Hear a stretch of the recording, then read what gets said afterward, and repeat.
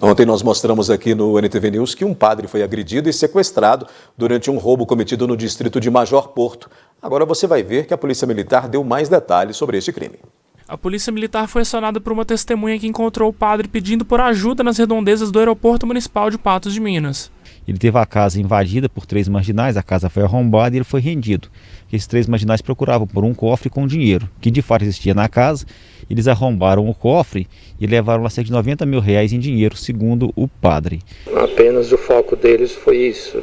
Tanto é verdade que não levou nenhum bem pessoal meu, menos o celular, né, que depois acabou jogando fora, mas assim, o foco deles era realmente, né, o roubo mesmo em dinheiro. Tudo indica que esses elementos já estavam olhando a paróquia, né, a casa paroquial, há alguns dias, como um deles relatou durante o período que eu fiquei, né, em suas mãos, né?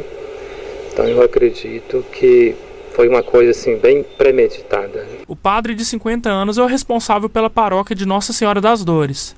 Ele relatou que os criminosos reviraram vários cômodos do local até encontrarem o cofre. O padre também alega que inicialmente ele foi agredido e os bandidos queriam que ele abrisse o cofre. Mas como ele não tinha a senha do cofre, eles mesmos, através de uma barra de ferro que estava lá no local na casa, arrombaram o cofre e subtraíram o dinheiro. Na sequência, eles levaram também o carro do padre, que na verdade esse carro pertence à igreja católica, né? É uma picape Estrada, e trouxeram o padre como refém. O padre foi levado no aeroporto de Patos de Minas, onde ficou amarrado com fita crepe, até que conseguiu se soltar e acionou a Polícia Militar através da testemunha. Enquanto dirigiam com o vigário, os criminosos chegaram a comemorar o sucesso do assalto e disseram que a partir dali não iriam fazer nenhum mal a ele. Depois que efetuou, né, o assalto, eles levaram comigo, eu pedi para não levar, mas eles levaram o banco de trás, né, da caminhonete Estrada e acabaram me deixando aí próximo de Patos de Minas. Mas assim, o que eles falaram é mesmo a comemoração, né, de um assalto que foi bem sucedido e que não iria fazer nenhum mal comigo, né, porque eu estou cooperando. Segundo a vítima, né, eles não estavam encapuzados, possivelmente não são da comunidade, porque a comunidade é pequena, onde as pessoas são conhecidas, né, e eles até o momento não foram reconhecidos. Nós temos imagens de câmera de segurança das proximidades, só que imagens de baixa qualidade, as quais ainda não propiciaram a identificação dos autores do crime. A Polícia Militar agora realiza diligências para identificar, localizar e prender os 3 suspeitos. A gente conta com a grande audiência da imprensa de Patos, da NTV, na divulgação dessa ocorrência, né? O veículo já fornecia a placa para a imprensa, peço que divulguem essa placa. As imagens, embora ruins, também foram divulgadas, estão disponíveis para serem divulgadas desses 3 suspeitos, esses 3 marginais que atacaram essa propriedade lá em Major Porto. E a população, tendo qualquer informação, pode ligar no 190 ou no 181 e fazer a denúncia para auxiliar a Polícia Militar na identificação e prisão desses autores. LGPD, atenção a esta sigla a partir de agora, viu? Como ocorreu com o Código de Defesa do Consumidor, criado na década de 90, a nova Lei Geral de Proteção de Dados promete revolucionar as reações ou relações entre consumidores e empresas. O objetivo da nova legislação é garantir a proteção de dados no mundo devastado pela internet. Poucas empresas estão aí preparadas para esta nova realidade, mas elas já podem ser multadas em caso de falhas.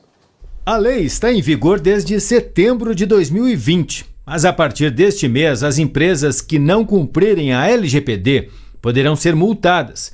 As penalidades podem chegar a 2% do faturamento líquido de empresas com base no balanço do ano anterior, cifras milionárias para grandes companhias. A fiscalização, por hora, deve ser mais didática do que punitiva. Max diz que as empresas devem investir em um gestor, um encarregado, como prevê a lei. Eu não digo que a pessoa tem que ser advogado, né, da área jurídica, não digo que a pessoa tem que ser de TI. Na verdade, o que a gente defende é que exista ali um encarregado que tenha junto a ele um comitê da empresa que cubra as principais áreas, né? Então, digamos que esse comitê vai ter pessoas da área de tecnologia, segurança da informação, jurídico, recursos humanos, e que esse comitê, então, possa dar apoio a esse encarregado para que a empresa se posicione, né, caso ela venha a ser, de alguma forma, aí, provocada, ou judicializada, ou qualquer coisa do gênero. A Lei Geral de Proteção de Dados prevê que instituições públicas e privadas forneçam informações de forma clara e simples, e que os interessados possam saber como são obtidos, armazenados e compartilhados seus dados. Também permite ao cidadão a revogação, portabilidade e a retificação de suas informações. Essa é uma mudança cultural. A Lei Geral de Proteção de Dados não deve ser pensada como mais uma burocracia, porque se trata, na verdade, de um investimento e não apenas de uma conformidade, porque o tratamento adequado das informações diz respeito à integridade e à reputação de uma empresa. Daniela é especialista em compliance e direito trabalhista. O escritório onde ela trabalha passou a dar consultoria às empresas depois de perceber nelas a falta de conformidade com as novas regras. Para a advogada, gestores precisam entender essa responsabilidade como uma oportunidade. E mudar a cultura. Mudar a cultura de que os dados pessoais não têm controle. Tem que ter controle. Você precisa saber para que você forneceu o seu telefone, o seu endereço, o seu e-mail e para que ele pode ser utilizado, com quem ele pode ser compartilhado. Ou seja, a LGPD visa proteger a privacidade dos brasileiros na internet. Muitos desses serviços que se dizem gratuitos, na verdade, se aproveitam de informações pessoais para vender anúncios cada vez mais personalizados, compartilhando eles sem que os donos tenham conhecimento de seu destino e também do uso. Mas a lei não serve apenas para coibir abusos na rede. Vale para qualquer dado, mesmo os pegos naquela ficha ali no comércio. Para o Tiago, a lei vai vingar, mas leva tempo, como foi a Lei de Proteção ao Consumidor. Exatamente, a LGPD está entrando como entrou o Código de Defesa do Consumidor anos atrás, né? Justamente para mudar a forma de agir das empresas. E essa forma de agir é justamente para o bem, né? Antigamente, as empresas questionavam a aplicação do Código de Defesa do Consumidor, dizendo que ia atrapalhar e tal.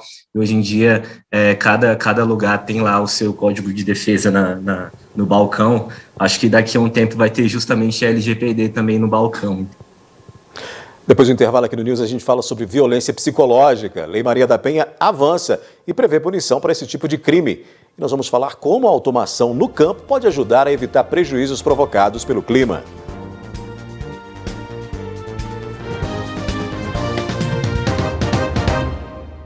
Os danos causados aos produtores da região em decorrência da friagem intensa registrada no mês de julho trarão impactos para o preço dos alimentos nos próximos meses, principalmente o café.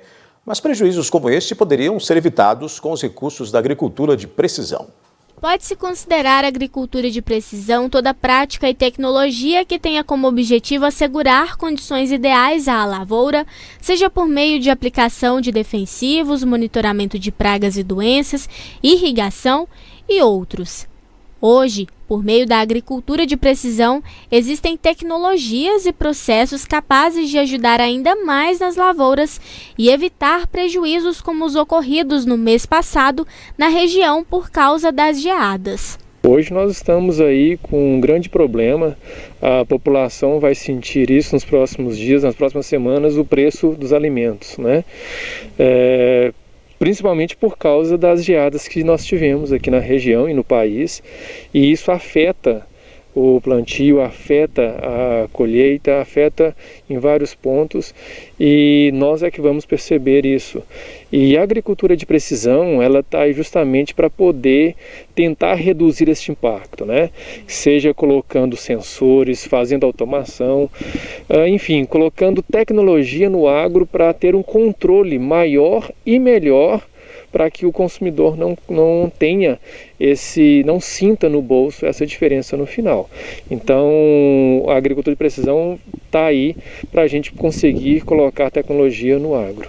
Também com essa automação no campo, o produtor teria condições de reverter os prejuízos causados à planta, como ocorreu principalmente com os produtores de café, que tiveram perdas incontáveis com as geadas. Algumas tecnologias, elas podem ter um efeito mitigatório em cima desse tempo adverso. No caso, a própria irrigação ela pode ajudar, porque uma vez que a irrigação ocorre, né, no momento da geada, se você conseguiu ter esse time de acionar a irrigação no momento da geada, o que vai acontecer? A temperatura, né, a planta ela passa a ter uma temperatura, aguentar uma temperatura mais severa. Por quê? Porque a seiva da planta ela vai continuar ativa, ela vai continuar circulando, as células da planta vão continuar túrgidas, né, que são cheias de água. Isso ajuda bastante a planta a se manter viva. A planta vai sofrer bastante por causa do frio, mas ainda assim ela vai ter uma probabilidade maior de se manter viva. Então, talvez a inovação num processo, talvez a inovação num local que não tenha necessariamente a tecnologia voltada, mas ainda é uma inovação, ainda é um diferencial, pode acabar salvando talvez alguns milhares de hectares de lavoura. E a agricultura de precisão tem evidenciado um mercado que tem crescido nos últimos anos e demandado profissional que atue especificamente nessa área. O Unipan está abrindo aí o curso de agricultura de precisão, que é justamente isso, né? A ensinar os alunos as tecnologias necessárias para implementar no campo. A Lei Maria da Penha, criada para coibir a violência doméstica e familiar contra as mulheres, está completando 15 anos. A legislação, considerada uma das mais avançadas no mundo, foi um marco no Brasil na proteção de direitos das mulheres, mas há centenas de propostas em tramitação no Congresso para aprimorá-la, né? No último dia 28 de julho, algumas dessas alterações começaram a valer, entre elas uma que tipifica a violência psicológica. Quando acontece alguma briga, ele fala que eu não sou capaz, tipo, quando ele não queria que eu terminasse com ele, nasce uma pessoa que fizesse eu sofrer, que eu nunca ia sofrer isso com mais ninguém, a pessoa me batesse. Eu falei, como que uma pessoa que fala que me ama, deseja o meu mal? Isso não é amor. Que amor é esse? São muitas as formas de violência psicológica. Em comum, elas têm um mecanismo de perturbar a vítima a tal ponto que ela perca a autonomia sobre a própria vida. Uma ridicularização, humilhação, sabe? É uma limitação da mulher, manipulação da mulher, chantagem, qualquer forma que cause um abalo emocional, que diminui a autoestima da mulher, a autodeterminação da mulher. A cada 4 minutos, pelo menos uma mulher é agredida por violência doméstica no Brasil. São cerca de 13 assassinatos por dia no país. Muitas vezes a agressão vem depois de muitos episódios de violência psicológica, que é mais difícil de identificar e de denunciar. A Lei Maria da Penha prevê que seus mecanismos de proteção sejam aplicados em casos de violência psicológica, mas faltava legislação sobre isso. No dia 28 de julho deste ano, houve um avanço importante. Foi promulgada a Lei 14.188, que criminaliza a violência psicológica. A lei já traz, sim, uma pena de reclusão de 6 meses a 2 anos e multa, tá? Para essa violência psicológica. E as formas de executar são as medidas protetivas mesmo, retirar o agressor do lar, além, né, lógico, da pena em si, que ele vai sofrer. Então, essas são as formas convencionais mesmo de se proteger a mulher, as formas que já haviam antes na Lei Maria da Penha. A nova lei também definiu o programa Sinal Vermelho como uma das medidas de enfrentamento da violência doméstica.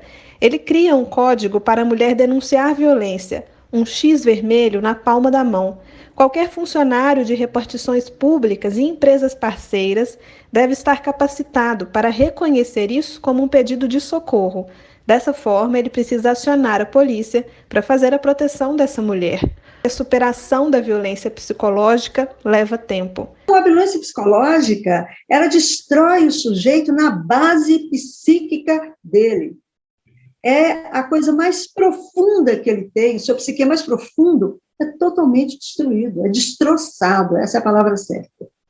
Ela é muito tênue, porque ao mesmo tempo que o sujeito diz para você que você não tem condições nem de ser mãe dos filhos dele, você é uma péssima mãe, ao mesmo tempo ele fala, puxa vida, eu sou o homem da sua vida, só eu consigo entender você desse jeito que você é.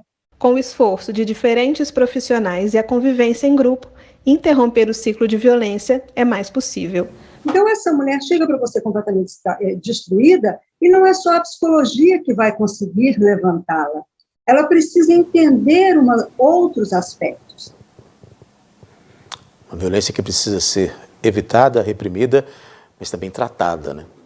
A seguir aqui no News a gente vai falar de esportes. Canoagem, boxe e futebol faturaram ouro para o Brasil nos Jogos Olímpicos de Tóquio neste sábado. Atlético decidirá em casa o duelo contra o Fluminense pela Copa do Brasil. E o Cruzeiro venceu de virada na estreia do técnico Vanderlei Luxemburgo.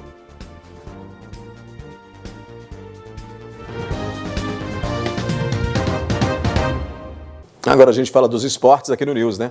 O Brasil conquistou 3 medalhas de ouro neste sábado com a canoagem, o boxe e o futebol masculino. Isaquias Queiroz faturou medalha de ouro na prova de velocidade da canoagem. Foi sua 4ª medalha olímpica e entra de vez na galeria dos maiores atletas olímpicos da história do Brasil. Teve medalha de ouro no boxe com Herbert Conceição na categoria até 75 quilos.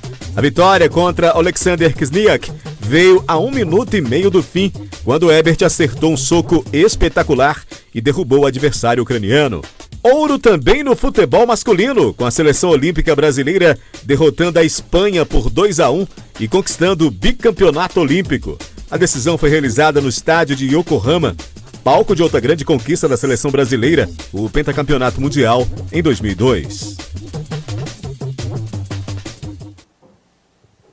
Bom ver o Brasil ganhando, né? Com o resultado, o Brasil chegou a 7 ouros, 4 pratas e 8 bronzes no quadro de medalhas. Neste domingo, né, com as finais do vôlei feminino e de Beatriz Ferreira no boxe, o país chegará a 21 pódios, registrando aí sua melhor marca na história dos Jogos Olímpicos. Isso sem contar a disputa da maratona masculina, que terá a participação de Daniel Chaves, Daniel Nascimento e Paulo Roberto de Paula. Depois de um longo jejum sem vitórias que seguiram por 9 rodadas, o Cruzeiro voltou a vencer justamente na estreia do técnico Vanderlei Luxemburgo na manhã deste sábado, quando o time estrelado derrotou o Brusque por 2-1 e de virada. A participação do treinador foi fundamental, com todas as suas substituições surtindo efeito.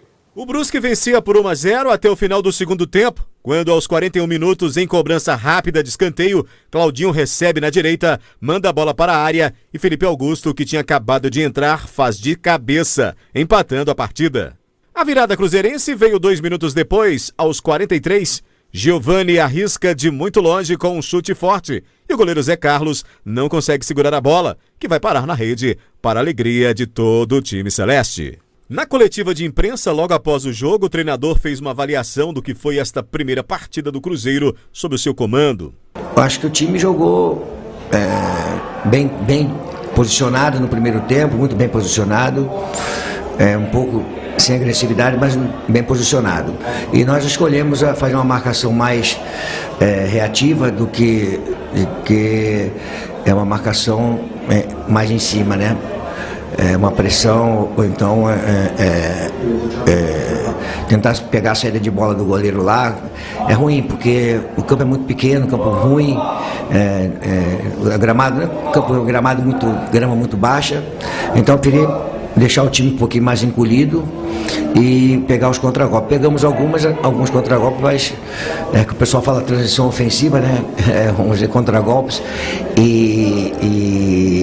mas não soubemos tirar proveito, né? No final, o passe final não era legal, mas eu acho que foi uma grande vitória do grupo. Isso é uma coisa que eu vou caracterizar bastante aqui. Não existe futebol hoje com 5 substituições que você não usa o grupo. Então os jogadores que estão jogando hoje, eles sabem que amanhã eles podem sair, entrar outro, fazer um revezamento. Você usar 5 substituições dentro do jogo, você dá 50% praticamente de gás novo na equipe. E se os caras estiverem ligados e comprometidos como tem que estar com o trabalho, facilita bastante. Eu percebi o seguinte, que parecia que o Giovani, que o Claudinho, que o Felipe, que o Arthur, eles estavam dentro do jogo, porque eles entraram como se não tivessem ter que aquecer, entraram dentro do jogo, participando correndo, lutando, jogando.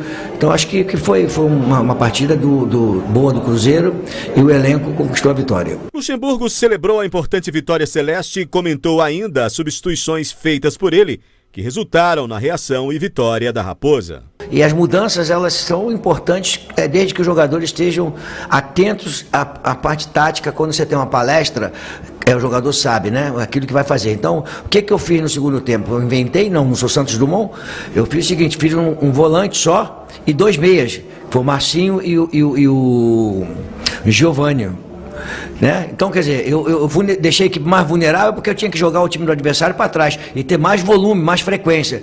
E o Bruno, quando eu percebi que o Bruno já estava morto, que ele tentou 2 jogadas de linha de fundo, que ele é veloz, é bom jogador, conseguiu algumas vantagens importantes no primeiro tempo, aí eu botei o Claudinho porque eu não tinha que jogar, tinha que botar o time para frente. O Claudinho, a primeira bola que ele entrou, ele pegou e acertou um cruzamento meio, e o Felipe também, que não pode, com o tamanho dele, ficar parado, tem que antecipar. Bola de lado de campo, o atacante tem que antecipar zagueiro. O Romário era pequenininho, fazia gol de cabeça pra caramba, porque antecipava zagueiro. Então acho que foi uma vitória de grupo. Sobre a sequência de jogos e os planejamentos, o técnico disse que é necessário focar em um desafio de cada vez. O que eu percebi é que nós estamos, que é a mudança de comportamento. É isso que vai ser até o final da temporada, né? Nós temos número de jogos suficiente para a gente brigar por uma vaga, mas nós temos que ir jogo a jogo. Então agora temos 2 jogos em casa, mas nós ganhamos agora e não, tem que jogar primeiro pensar na Vitória, depois pensar no Sampaio, depois pensar no Náutico. Então é jogo a jogo para a gente ir somando pontos para poder nós sairmos para a parte de cima da tabela e podemos encostar, com toda a tradição do Cruzeiro, toda a história, a gente encostar no pessoal da frente. Com a vitória do Cruzeiro, com essa vitória, né, o Cruzeiro deixou a zona de rebaixamento e subiu para o 15º lugar com 16 pontos. Mas pode voltar para o Z4, dependendo aí dos resultados do restante desta rodada. A Raposa volta a jogar na quarta-feira às 19 horas contra o Vitória no Mineirão. A CBF definiu em sorteio realizado nesta sexta-feira os confrontos das quartas de final da Copa do Brasil. Os jogos de ida serão na última semana de agosto, enquanto os de volta acontecem lá no começo de setembro. O Atlético Mineiro vai encarar o Fluminense. O diretor de futebol do Galo, Rodrigo Caetano, fez uma análise do que é enfrentar o forte adversário carioca. Primeiro que nessa fase da Copa do Brasil não dá para se escolher muito o adversário, todos os que passaram realmente são adversários de altíssimo nível. O Fluminense, dentro do Campeonato Brasileiro, realmente vem fazendo uma grande competição e é o parâmetro que a gente tem. Uma equipe que é muito bem treinada e montada pelo Roger e conta com jogadores experimentados. Eu acho que vão ser 2 grandes confrontos e o sorteio também prevê que o Galo possa decidir em casa. Mas para isso primeiro a gente tem que ir no Rio de Janeiro e fazer um grande resultado. Vamos pensar uma coisa de cada vez. Até lá nós temos Libertadores e Campeonato Brasileiro, mas já nos preparando para esse grande adversário que teremos pela frente. Definir em casa é bom, é positivo? Tudo, assim, esse tipo de avaliação, né, normalmente tudo se imagina ou se define conforme o primeiro jogo. Mas jogar num estádio onde nós estamos acostumados e que nós temos tido aí um ótimo aproveitamento, sempre é uma injeção de ânimo a mais para os jogadores e para todos nós. Mas a gente sabe que tudo vai passar também pelo primeiro jogo, por aquilo que for conquistado de resultado no primeiro jogo, e a gente espera realmente tentar abrir alguma vantagem no Rio, respeitando demais o Fluminense. Mas como eu disse, serão 2 confrontos muito equilibrados. Eu acho que todos os confrontos da Copa do Brasil estão extremamente equilibrados, porque nesse momento não tem muito o que escolher. Da mesma forma como foi com o Bahia, Atlético e Fluminense devem se enfrentar em 3 jogos seguidos pela Copa do Brasil e Brasileiro. Para o diretor alvinegro, isso pode ser bom para ambas as equipes. E penso assim, que como hoje o jogo é muito estudado entre os técnicos, os próprios atletas, isso muitas das vezes faz com que os jogos acabem muitas das vezes sendo mais truncados, sejam jogos em que realmente eleva muito a questão da competitividade. Eu espero que se repita, né, pelo menos as vantagens que tivemos frente ao Bahia.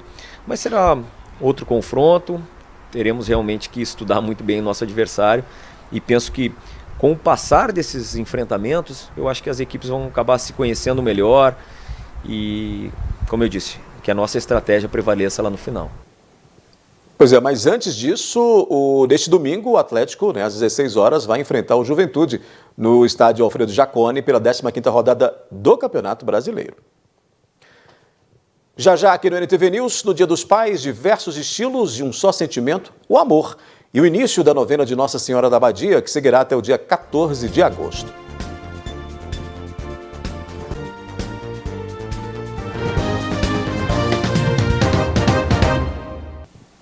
Amanhã é Dia dos Pais e com presente caro ou barato, o que não pode faltar mesmo é o amor e o carinho.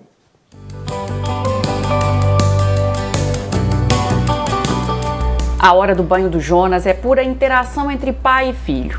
Nesses e em outros cuidados com o bebê, Cláudio decidiu ser presente. Das figuras que a gente vê da paternidade das gerações anteriores, não era essa a figura que eu queria seguir. Eu quero ser um pai mais presente. Então, eu acho que tudo a gente procurou moldar nesse sentido. E essa questão da pandemia, do home office, está favorecendo a isso também. Nessa jornada, os dois vão aprendendo juntos. E a cada dia, Cláudio sente que a paternidade é, na verdade, um processo. E eu acho que é o que vai estar crescendo sempre. Vai estar sempre se transformando e vai estar evoluindo. Eu acho que hoje eu sou um pai X, daqui a 2 anos eu já vou ser já vou ter uma visão diferente da paternidade, já vou ter aprendido mais, já vou ser um pai diferente. Fernando também virou pai na pandemia e foram logo 3 meninos. Eu os conheci por videochamada por causa da pandemia, conversei com eles por um tempo aí, por 2 ou 3 semanas, e logo em seguida já os trouxe para minha casa e estão comigo até hoje, e não vão sair mais. A adoção deixou a casa mais colorida e cheia de alegria. Tudo isso acompanhado, claro, dos desafios de educar. Eu optei pela opção solo, E solo não quer dizer sozinho, tem uma rede de apoio que me ajuda muito, e é só alegria com os meninos, Assim, tenho aprendido muito com eles, tem os desafios, que são crianças, dão trabalho, é normal, mas assim, eu me apego no amor que eu sinto por eles, e eles por mim, para superar esses desafios. Marcos ficou internado 77 dias por causa da Covid-19, 40 deles no CTI. Durante esse tempo, viu as crianças poucas vezes. Então, dá para imaginar como foi a volta para casa, né? É saudade! Correram, me abraçaram e falaram: papai, você chegou, você voltou. Eu sabia, eu estava orando todos os dias, eu sabia que você ia voltar sem oxigênio. E ele já sabia de tudo, Você ia voltar sem oxigênio, sem aquele negócio no pescoço, sem aquele negócio no nariz. Que bom que você está de volta, estava com muita saudade. Aí o coração não aguenta, né? Uma semana depois, Marcos segue buscando a plena recuperação. E retomar a rotina de cuidados com os filhos é mais uma vitória. Eu gosto de ensiná-los para casa, gosto de ver o que eles estão fazendo, assistir filme, essas coisas. Então eu sempre fui muito próximo deles. E nesse tempo aí que eu fiquei longe, foi um momento difícil para eles também.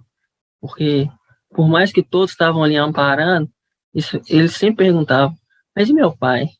Que dia que ele vai voltar? Para cada um desses pais, o próximo domingo será de um jeito diferente. Mas uma coisa não vai faltar a nenhum deles: o amor. Vou passar com a minha família, com meu pai.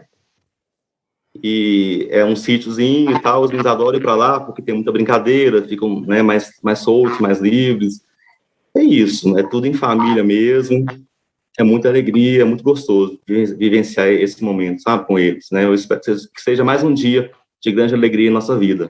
É realmente um ponto de virada que eu não pensei sobre isso. Eu nunca fui muito ligado a datas, assim. Eu acho que o Dia do Pai é todo dia, igual o Dia da Mãe é todos os dias. Eu acho que é um convívio constante, é um aprendizado constante, e que a gente não tem que esperar uma data para poder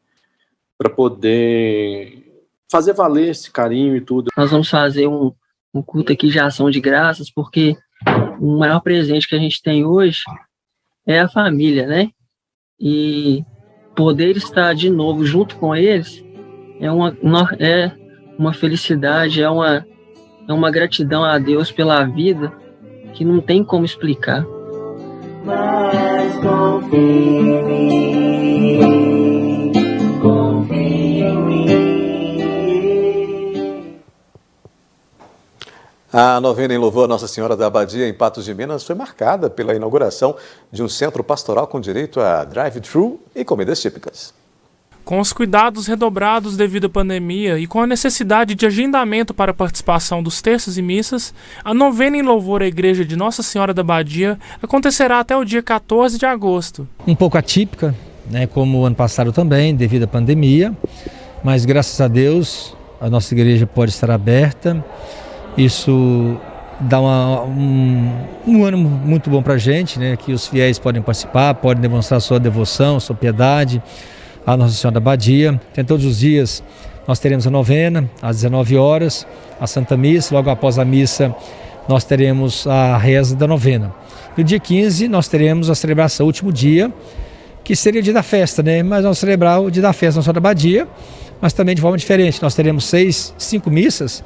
A primeira missa às 6 horas da manhã, a segunda missa às 8, a terceira missa às 10, a quarta missa às 13 horas e a quinta missa às 16 horas. Logo após a quinta missa, nós teremos a carreata com a imagem de Nossa Senhora da Abadia pelas ruas da nossa paróquia.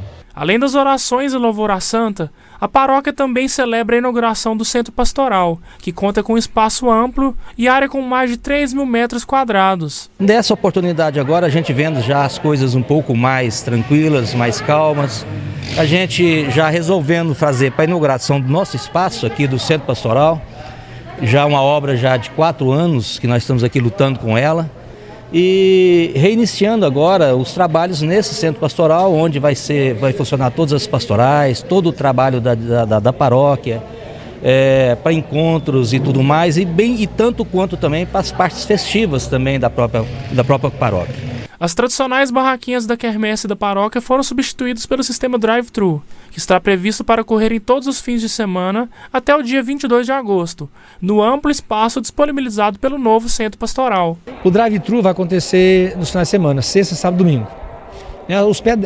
O pedestre pode entrar porque o espaço é muito grande, não vai aglomerar, mas o pessoal de carro passa, tem a equipe que serve.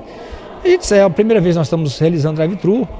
Nós estamos com 5 pratos, nós temos o feijão tropeiro, nós temos os caldos, né, frango também de feijão, nós temos o macarrão, nós temos também a canjica e temos também o pastel. Olha, a nossa expectativa é muito boa, o pessoal adere bem, né, às comidas de barraquinha, e nós vamos ficar aí quase um mês atendendo as pessoas nesse formato de drive-thru. Num sentido social também, de tentar ainda arrecadar fundos para término dela, praticamente já concluída, praticamente no seu momento final, mas para que a gente possa ainda também fazer com que a festa Nossa Senhora da Abadia também não fique esquecida em nenhum momento, né, durante esse tempo também, uma vez que a devoção a ela é muito grande pela nossa comunidade. Bacana, né? Daqui a pouco aqui no News, Santa Casa de Misericórdia de Patos de Minas é inaugurada e mesmo após vetar a instalação, Romeu Zema participou da inauguração da Supram em Patos de Minas.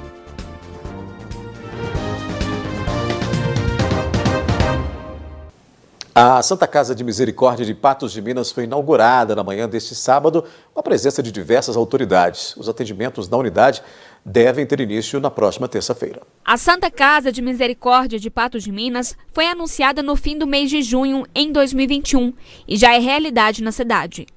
Ela tem como objetivo desafogar o sistema público de saúde, que se viu em situação mais complicada com o anúncio de encerramento das atividades do hospital particular, o São Lucas, mas que presta serviço para o SUS.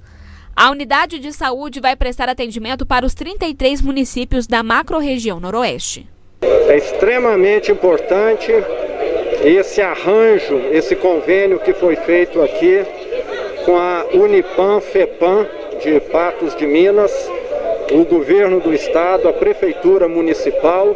Isso demonstra que é possível se encontrar solução para esse problema tão sério que nós temos, que é o problema de atendimento na saúde, E essa quantidade de novos leitos que serão disponibilizados aqui em Patos de Minas demonstra que nós vamos estar melhorando a saúde. Sem dúvida, desafoga. Hoje só o Agarrad, que é o único hospital que é capaz de absorver pacientes de média e alta complexidade.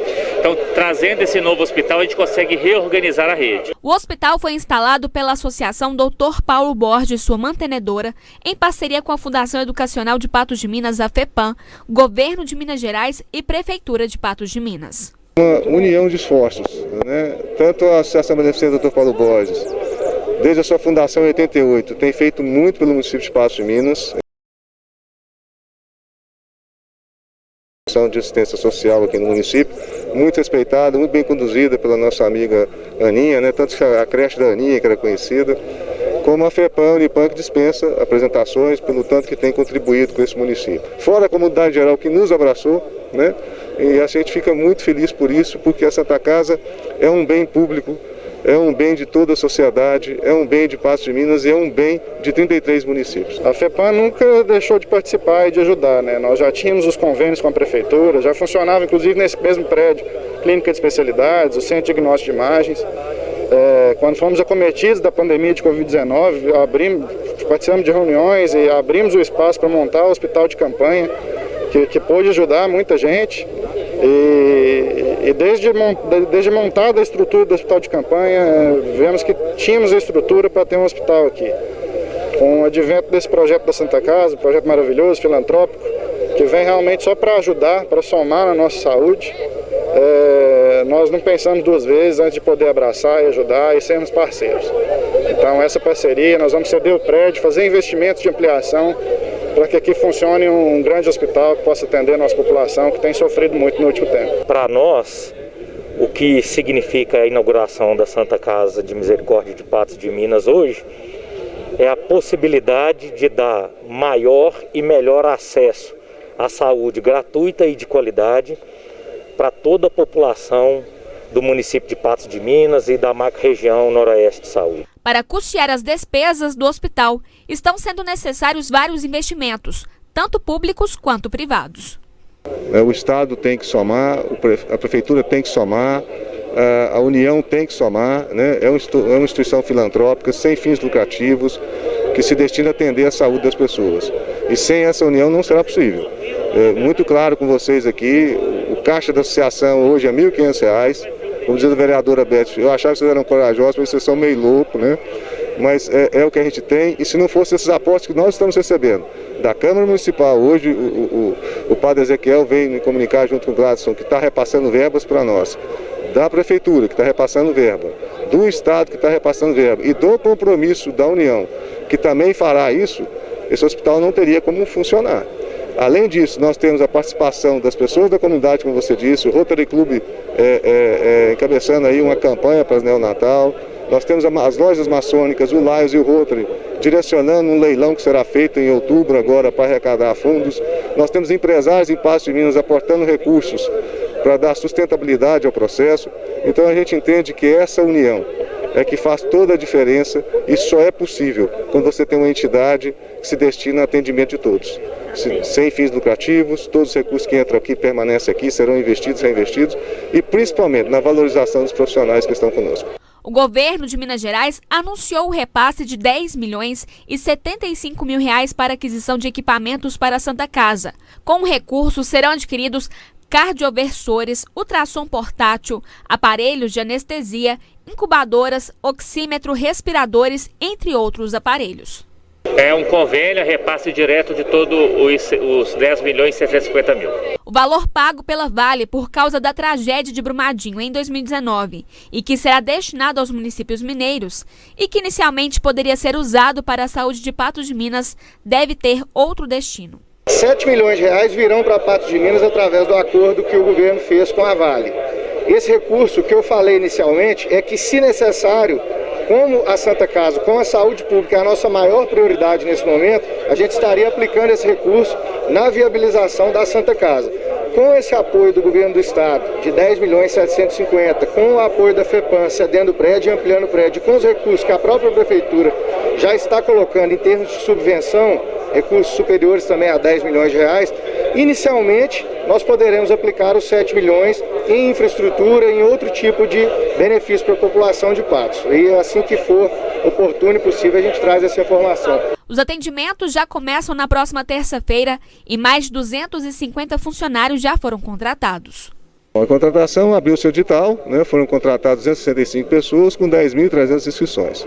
A maior parte dessas pessoas já estavam no hospital de campanha, era o nosso compromisso com os profissionais que aqui estavam. E a FEPAM Unipan ela está entrando na parte de investimentos, não de custeio. Então essa parte ela não entrou, ela não participou diretamente. Ela está nos dando a condição de trabalhar, que é muito importante, né? E foi feito um período muito curto de contratação, nós tivemos 15 dias para fazer isso. O prazo que o prefeito nos deu foi de 40 e poucos dias. E dizer a todos, né, que nós ainda ampliaremos as vagas, esse hospital será expandido, tem mais andares. A gente imagina que amanhã, em pouco prazo, nós vamos estar aí com 400 profissionais trabalhando aqui dentro. É uma geração de renda e emprego muito importante. A unidade de saúde vai continuar com atendimento à Covid-19 e ainda terá leito de UTI e clínico geral. A capacidade de atendimento do hospital será ampliada progressivamente. É um momento memorável, né, histórico. Na terça-feira a gente permanece com todos os atendimentos que são realizados aqui já no hospital em relação à pandemia Covid e nós abriremos 9 leitos de UTI geral e 12 leitos de enfermaria geral. O intuito já de melhorar, né, e a gente ter uma ampliação no atendimento à população do município e região. Nós teremos para setembro a abertura, o aumento de mais 20 leitos de UTI geral e mais 28 leitos de enfermaria. E nesses atendimentos, claro que alguma mudança pode sofrer alteração em decorrência da necessidade do município. E para dezembro, a gente tem a finalização do quarto e 5 pavimento, o quarto pavimento todo finalizado, que será bloco cirúrgico, com atendimento nas cirurgias de todas as especialidades de médio porte e o bloco obstétrico. E também teremos a UTI neonatal. E mais ampliação de leitos? Sim, mais ampliação de 45 leitos de internação, né? E aí esses leitos de internação, eles vão perpassar por todas as especialidades. E também teremos em um anexo a construção e a abertura da hemodiálise. Procedimentos eletivos também poderão ser realizados no local. A gente vai atender a demanda, isso é uma parceria com o município. Quando eles tiverem alguma demanda, por exemplo, de alguma cirurgia que necessita de um fluxo, isso a gente veio para sanar essa necessidade. A regulação de vagas será via SUSFácil. Quando a gente tiver a possibilidade de abertura do pronto-socorro, que hoje funciona na ala Covid, nós teremos porta aberta para a obstetrícia, né, para as gestantes, a ortopedia e a cirurgia de média complexidade, que é justamente para retirar os atendimentos que estão sobrecarregados e que eles não são executados na UPA. E as demais internações, elas são todas reguladas via SUSFácil. Vai ter algum tipo de procedimento eletivo? Hoje, a Santa Casa de Misericórdia, ela é 100% SUS, então nós iniciaremos as atividades e perpassaremos por um período prolongado, sem data para perguntar, vai atender algum convênio, a gente não tem isso relatado, então ela é 100% SUS. Além de atender a população que necessita dos atendimentos de saúde, o hospital também irá trazer bagagem e experiência para os alunos do curso da área de saúde do Unipan. A Santa Casa, além do ganho social, né, porque nós vamos melhorar aí a saúde de Patos de Minas e da região, nós temos também um ganho educativo, né? É mais espaço, é mais local de estágio, campo de estágio para os nossos alunos. Esse espaço vai abrigar os atendimentos de saúde e um ensino, pesquisa e extensão. Por falar em atendimentos em saúde, o encerramento das atividades do Hospital São Lucas está aí previsto para o mês de outubro, né? Mas o município pode pedir uma prorrogação por pelo menos mais 60 dias. E a secretária municipal de saúde disse hoje, a Ana Carolina Caixeta, que deverá solicitar esse adiamento. Hoje também foram inauguradas a Superintendência Regional de Meio Ambiente e a Unidade Regional de Gestão das Águas em Patos de Minas. A partir de agora, os 21 municípios que fazem parte do Alto Paranaíba contam com unidades regionais da Secretaria de Estado de Meio Ambiente e Desenvolvimento Sustentável e do Instituto Mineiro de Gestão das Águas. A nova Superintendência Regional de Meio Ambiente, a SUPRAM, e a Unidade Regional de Gestão das Águas, URGA, vão permitir melhor acesso da população, empreendedores e empresários locais aos serviços ambientais do Estado. A implantação dos serviços faz parte do desmembramento da SUPRAM Triângulo Mineiro e Alto Paranaíba, com sede em Uberlândia. Apesar de ter vetado a criação da SUPRAM Alto Paranaíba, o governador Romeu Zema participou da cerimônia de inauguração, quando ele e a sua comitiva plantaram mudas de pau-brasil no espaço da nova sede. Quero lembrar que nós assumimos um estado arrasado. Quando eu assumi, nem o 13º de 2018 havia sido pago. E você, antes de qualquer ação, qualquer implantação, você precisa pagar para as pessoas que dependem do salário para comer e colocar em dia. Eu gostaria, se dependesse de mim, de ter colocado a SUPRAM aqui no meu primeiro dia de governo. Mas os nossos recursos são limitados. Para que a SUPRAM Alto Paranaíba fosse implantada em Patos de Minas, foi preciso muito esforço, que contou com a soma do trabalho do deputado Eli Tarquínio. O mérito, sabe, histórico daqueles agentes políticos, prefeitos, vereadores, não só de Patos, mas da região. Então, em síntese, eu fui apenas o mediador através de uma legislação, né, que todos conhecem, quando foi feita a reforma do Estado. A gente apresentou essa proposta, ela foi aprovada quase por unanimidade e depois, na verdade, houve um veto, talvez por falta de condições do próprio Estado, a alegação que o governador teve, e nós conseguimos derrubar o veto expressivamente, com poucas pessoas contrárias, e hoje, para mim, é mais um passo, mais uma vitória que a gente alcançou, junto com o nosso propósito de mediar, de legislar, de fiscalizar, que é a nossa obrigação. Eu acho que isso nós vamos trazer um equilíbrio maior ainda da ecologia propriamente dita e também da ecologia, tem repercussões na ecologia social, quer dizer, na renda, no emprego, em melhores condições de vida. Lógico que não é agora, é o primeiro passo. Dentre os serviços que a população e empresários da região poderão utilizar na nova unidade da SUPRAM estão a regularização, fiscalização e controle ambiental. A unidade de Patos de Minas ficará responsável, em média, por 1/3 dos processos que atualmente dão entrada na SUPRAM Triângulo Mineiro, com sede em Uberlândia. Uberlândia atendia 67 municípios, aqui vai receber 21 desses 67 municípios. Então a gente terá 2 filas, antes você estava numa fila só, em uma única SUPRAM. Então agora a gente terá. O nosso foco aqui principal são os processos de licenciamento mais simples nesse primeiro momento, que é a alta demanda aqui na região, e outorga de direito de uso de recursos hídricos, o uso da água, que também é uma alta demanda aqui nessa região. Convidamos servidores que estavam em Uberlândia que tinham interesse em vir para cá, então tivemos sim esse deslocamento.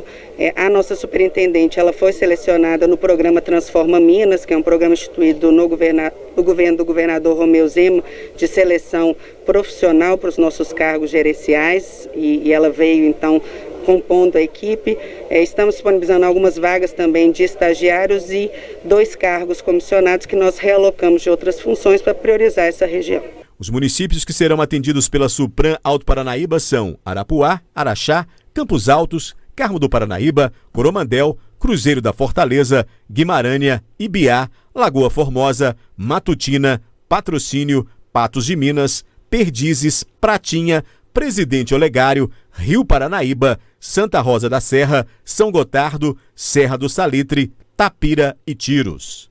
Principalmente a região do Alto Paranaíba, que é uma região extremamente estratégica. A gente tem algumas minerações e majoritariamente processos da agricultura, processos do agronegócio, e ter um órgão ambiental próximo da comunidade, da sociedade e dos empreendedores é extremamente importante, principalmente para a gente entender que sustentabilidade se faz de forma coletiva. A Unidade Regional de Gestão das Águas será responsável por analisar os pedidos de outorga de uso da água. Além disso, denúncias como descarte de esgoto no Rio Paranaíba por parte da Copasa também poderão ser feitas junto ao órgão. Na verdade, esse tipo de denúncia tem uma central de denúncia no Estado, que recebe todas essas demandas e é direcionada para aquele órgão responsável para atender aquela denúncia. Então, ou pode ser a Polícia de Meio Ambiente, pode ser a URGA, se dependendo da denúncia, ou a SUPRAM também, ou até o próprio Ministério Público, que vai atender essa demanda dessa denúncia. Os órgãos funcionam na Fazenda Canavial, onde atualmente já está instalada a Unidade Regional de Florestas e Biodiversidade Alto Paranaíba, pertencente ao IEF, ao lado da Escola Agrícola. O atendimento será de segunda a sexta-feira, das 8h30 às 17h30. E agendamentos podem ser feitos pelo telefone 3822-3533. Com essa a gente encerra a análise, aliás, encerra o nosso NTV News de hoje, prometendo voltar na segunda-feira. Um ótimo fim de semana para você, né? Um feliz Dia dos Pais, domingão é Dia dos Pais, né? Merece muito carinho, muita atenção. Não só no domingo, mas todos os dias, mas amanhã em especial porque é o Dia dos Pais.